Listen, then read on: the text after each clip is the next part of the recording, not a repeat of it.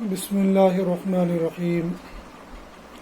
روزے کی حالت میں عام طور پر انسان مسواک کرتا ہے۔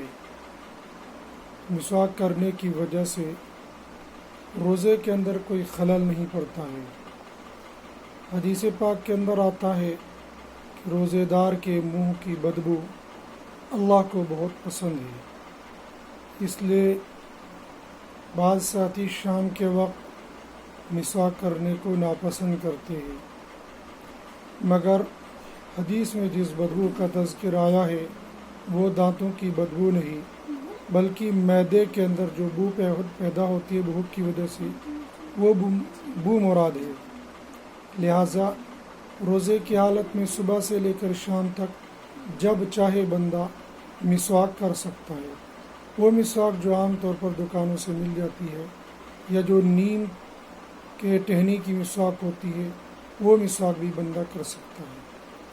البتہ روزے کی حالت میں پیسٹ کر لینا، جس کو ہم عام زبان میں برش بھی کہتے ہیں، پیسٹ بھی کہتے ہیں، وہ پیسٹ کر لینا یہ روزے کی حالت میں روزے کو مکروہ کر دیتا ہے۔ یا اسی طریقے سے اخروٹ کی ٹہنی کی شاخ جو ہوتی ہے، دانتن جس کو بولا جاتا ہے، اس سے بھی مسواک کر لینا روزے کے اندر کراہت پیدا کر لیتا ہے، لیکن عام مسواک کرنے کی اجازت ہے۔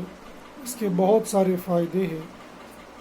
عام حالات میں بھی اور روزے کی حالت میں بھی مسواک کا استعمال ضرور ہونا چاہیے، لیکن پیسٹ کا استعمال نہیں ہونا چاہیے، اس سے روزہ مکروہ ہو جاتا ہے۔